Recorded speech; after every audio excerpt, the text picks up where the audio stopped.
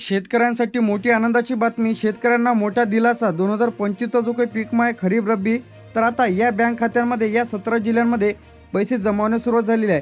आता या 17 जिल्ह्यांमध्ये तुमचा जिल्हा आहे की नाही लगेच चेक करा. आजपासून निधी वाटप सुरू. शेतकरी बांधवांसाठी मोठी आनंदाची बातमी म्हणजे 2025चा जो काही रखडलेला पीक विमा आहे ते आता जमा होण्यास सुरुवात. तर या 17 जिल्ह्यांमध्ये पहिला पुणे, नाशिक, जळगाव, अहमदनगर, बीड, परभणी, हिंगोली, नांदेड, लातूर, धाराशिव, बुलढाणा, अकोला या जिल्ह्यांमध्ये याचप्रमाणे आता कोणत्या बँक खात्यांमध्ये तुमचे पैसे इथं आलेले आहे. यानंतर आता त्या बँकेची यादी आपण इथं पाहणार आहे आणि तुमच्या जिल्ह्यांसाठी आलेला निधी किती आहे हे सुद्धा आपण इथं पाहणार आहे. अमरावती, वाशिम, यवतमाळ, वर्धा, नागपूर, तर आता या जिल्ह्यांमध्ये पीक विम्याचे पैसे जमा होत आहे. आता या बँकेची जे काही यादी इथं आलेली आहे त्यामध्ये स्टेट बँक ऑफ इंडिया मध्ये पैसे जमा होत आहे, bank of Maharashtra, central bank of India, union bank of India, Canara bank, Punjab national bank, bank of Baroda, Indian bank, HDFC bank, ICICI bank, axis bank, IDBI bank. यानंतर येथे महिंद्रा कोटक बँक, ग्रामीण बँक, महिंद्रा ग्रामीण bank, जनता सहकारी bank, district central co-operative bank. तर अशा bank खात्यांमध्ये पीक विम्याचे पैसे आजपासून सकाळपासून दुपारपासून व रात्रीपर्यंत पीक विम्याचे पैसे ते जमा होत आहे. आता कोणाच्या खात्यामध्ये ते पैसे जमा होत आहे? ज्यांनी खरीप रब्बी पीक विमा फॉर्म भरलेला आहे. नैसर्गिक आपत्तीमुळे त्या शेतकऱ्यांचे नुकसान झालेलं आहे. याचप्रमाणे ज्या शेतकरी बांधवांचा अर्ज इथं मंजूर झालेला आहे, बँक खाते आधारशी लिंक आहे, DBT सुरू आहे, ई-पीक पाहणी केलेली आहे, क्रॉप इन्शुरन्स म्हणजे 72 तासाच्यात त्यांनी क्लेम केलेला आहे, पीक विम्याच्या यादीमध्ये त्यांचं नाव आहे, तर अशांसाठी हा निधी इथं आलेला आहे आणि या 17 जिल्ह्यांमध्ये वाटप सुरू झालेलं आहे. आता यामध्ये पुणेमध्ये 72 कोटी रुपये, नाशिकमध्ये 68 कोटी, अहमदनगरमध्ये 81 कोटी, जळगावमध्ये 76 कोटी, बीडमध्ये 95 कोटी, परभणीमध्ये 74 कोटी, हिंगोलीमध्ये 58 कोटी, नांदेडमध्ये 89 कोटी. तर सर्व शेतकरी बांधवांसाठी मोठा दिलासा इथं देण्यात आलेला आहे. वाटप अखेर आता सुरू झालेला आहे. लातूरमध्ये 83 कोटी, धाराशिवमध्ये 61 कोटी, बुलढाण्यामध्ये 66 कोटी, अकोल्यामध्ये 63 कोटी, अमरावतीमध्ये 71 कोटी, वाशिममध्ये 55 कोटी. यानंतर इथे आपलं जे काही 17 जिल्ह्यानंतर यवतमाळमध्ये 92 कोटी, वर्ध्यामध्ये 49 कोटी, नागपूरमध्ये 66 कोटी. तर अजूनही बाकी राहिलेले जे काही जिल्हे आहे या जिल्ह्यांमध्ये टाईम इथं लागणार आहे. छत्रपती संभाजीनगर हे जिल्हे जे काय पेंडिंग जिल्हे आहे. छत्रपती संभाजीनगर, जालना, सोलापूर, सातारा, सांगली, कोल्हापूर, सिंधुदुर्ग, रत्नागिरी, रायगड.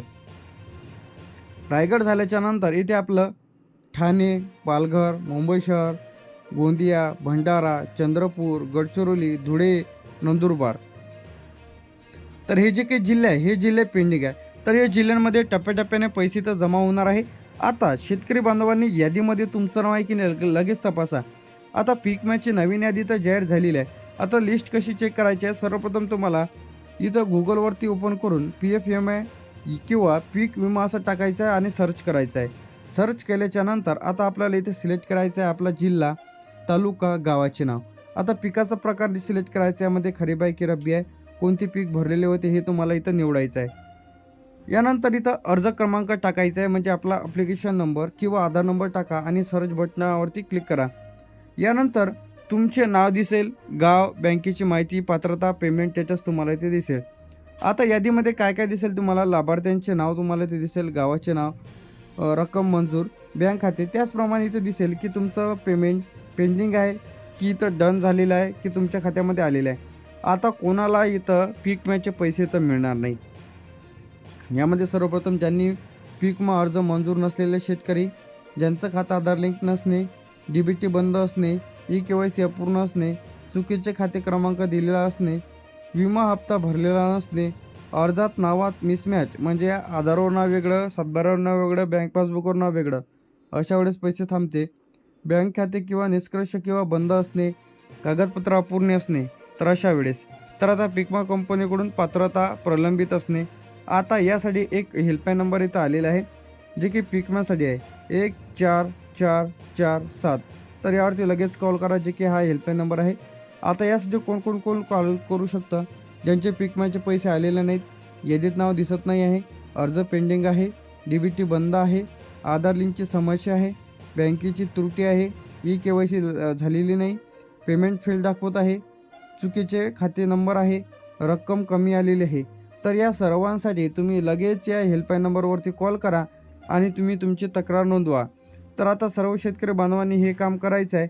आता याचप्रमाणे लेखी अर्ज देखील तुम्ही देऊ शकता पिकमा कंपनीला किंवा प्रतिनिधीला. आता पिकमा पैसे आलेले नाही त्यासाठी सेवामध्ये पिकमा कंपनी प्रतिनिधी असं लिहायचं आहे. पिकमा रक्कम खात्यात जमा न झाल्याबाबत अर्ज. महोदय, मी खालील सही करणारा किंवा करणारी शेतकरी, राहणार तालुका जिल्हा. मी खरीप रब्बी 2025चा पिकमा फॉर्म भरलेला असून अद्याप माझ्या खात्यामध्ये पिकमाची रक्कम जमा झालेली नाही. माझी माहिती खालीलप्रमाणे. यामध्ये आता इथे शेतकऱ्यांचं नाव, आधार क्रमांक, अर्ज क्रमांक, बँकेचे नाव, खाते क्रमांक, मोबाईल नंबर. तरी माझा अर्ज तपासून पिकमा रक्कम लवकरात लवकर जमा करण्यात यावी ही नम्र विनंती. यासोबत तुम्हाला कागदपत्र इथे जोडायचे आहे. आधार कार्डची झेरॉक्स, बँक पासबुकची झेरॉक्स, पिकमाची पावती 7/8 आणि अर्ज क्रमांक कॉपी.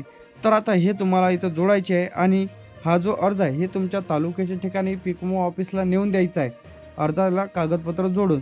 तर लगेच हे काम करा. ज्यांना कोणाला पिकमा आलेलं नसेल तर पिकमा लवकरच तुमच्या खात्यामध्ये अर्ज तपासून जमा केला जाईल.